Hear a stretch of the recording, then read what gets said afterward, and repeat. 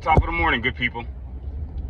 Welcome to another edition of Double Innocence with your boy E-Dub, Gem Dropper Showstopper. So I guess you guys thought I wasn't going to be up here this morning, eh? After last night's game, like I told you guys before, man, I'm okay. I'm okay with making a prediction and being wrong on it. I'm good. Not God.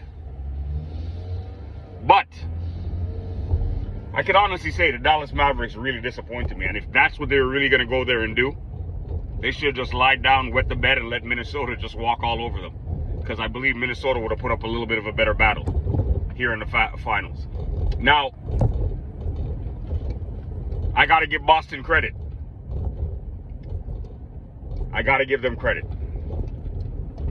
They played an amazing game yesterday. And the simple fact of the matter that Dallas wasn't able to beat them, even though the Boston Celtics did not have Porzingis, however you pronounce his name. They didn't have him. Listen, man. If you were writing a story, you couldn't write a better plot than that. Game 3, must win in your house with the man who's been giving you a lot of fits in the paint, unable to play.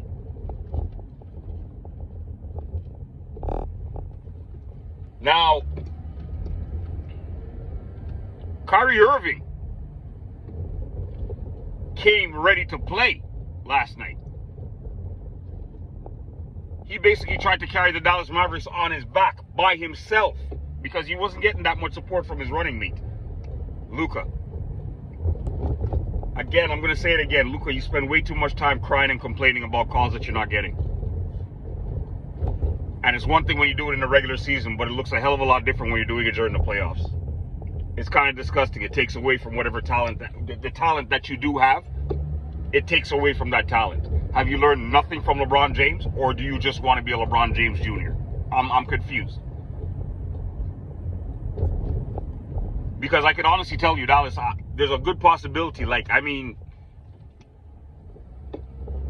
it's going to be a minute before you can get back here again. I thought you would come and just lay everything out on the line. But no, every single play, every single time you went up and you missed, you cried to the referee for not getting a foul called. I saw you, the part where you really turned me off, and I got to talk about this, is in last night's game, you came down, you jacked up a three-point shot that you end up missing, but as soon as you let it go, you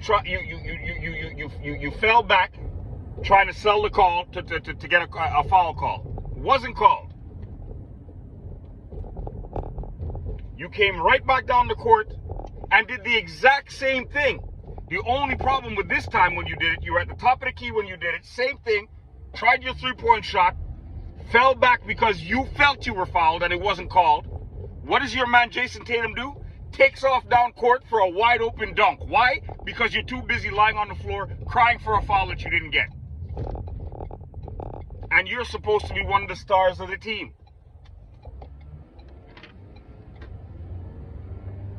I was actually happy when they said that you fouled out of the game because I was just tired of watching the whole trick and pony show.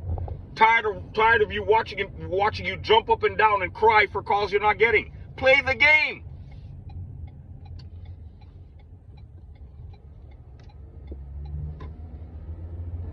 And unfortunately, you're not going to win like that. Look at the difference in your game last night and Kyrie Irving's game last night. Look at the difference. Kyrie Irving had a focus. Calls he didn't get, he would say something to the referee and he moved on. You didn't see him complaining, whining, and jumping up and down. You didn't see that. You saw him bawling. Now, if you could have zoned in and focused in and done the exact same thing, who knows? The result could have been a hell of a lot different. A hell of a lot different. I'm almost sure that the referees were more than happy to call that 6th foul on you because they were just tired of hearing you. They were, and the fact of the matter, because it's the playoffs, because it's such an important game, they didn't want to give you a technical.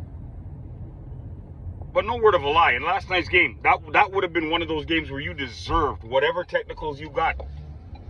If you'd gotten 2 of them and gotten ejected from the game, you earned that. Because at some point in time, you yourself have to realize you just need to shut up. Play the game. Shut up. Play the game. I'll say it one more time. Shut up and play the game. I was hoping now that King James is no longer part of the whole equation or whatever the case be, we didn't have to watch that much of that type of nonsense. We don't have the so-called superstars right now in the league. We just have stars playing right now.